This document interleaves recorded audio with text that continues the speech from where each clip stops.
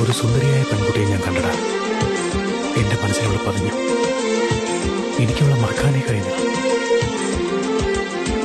നമ്മളെ തല്ലിയത് എന്തിനാണെന്നറിയോ? നമ്മളെന്തിനാ ഇവിടെ കിടക്കുന്നറിയോ? ഇതുവരെ അതെന്തിനാന്ന് എനിക്കറിയില്ലായിരുന്നു. പക്ഷെ ഇപ്പൊ എനിക്കത് വ്യക്തമായിട്ട് അറിയാം. ഒന്ന് നോക്കൂന്നേ. നോക്കാൻ?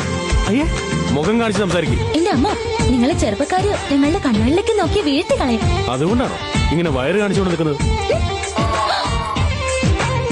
ഇത്രയും നാള് നിന്നെ കുറിച്ചും നിന്റെ അച്ഛനെ കുറിച്ചൊക്കെയാണല്ലോ നീ ആലോചിച്ചത്. ഇനി നീ എന്നെ കുറിച്ചും എന്റെ പ്രേമത്തെ കുറിച്ചൊക്കെ ഒന്ന് ആലോചിച്ച് നോക്ക്. കാന്തി പരത്തുന്നേ ഉമ്മകൾ നൽകുവാനായി. എല്ലാരോടും ഞാൻ മാറി മാറി ചോദിച്ചു, ഞാനാ ഏറ്റവും സുന്ദരി എന്നാ പറയുന്നത്.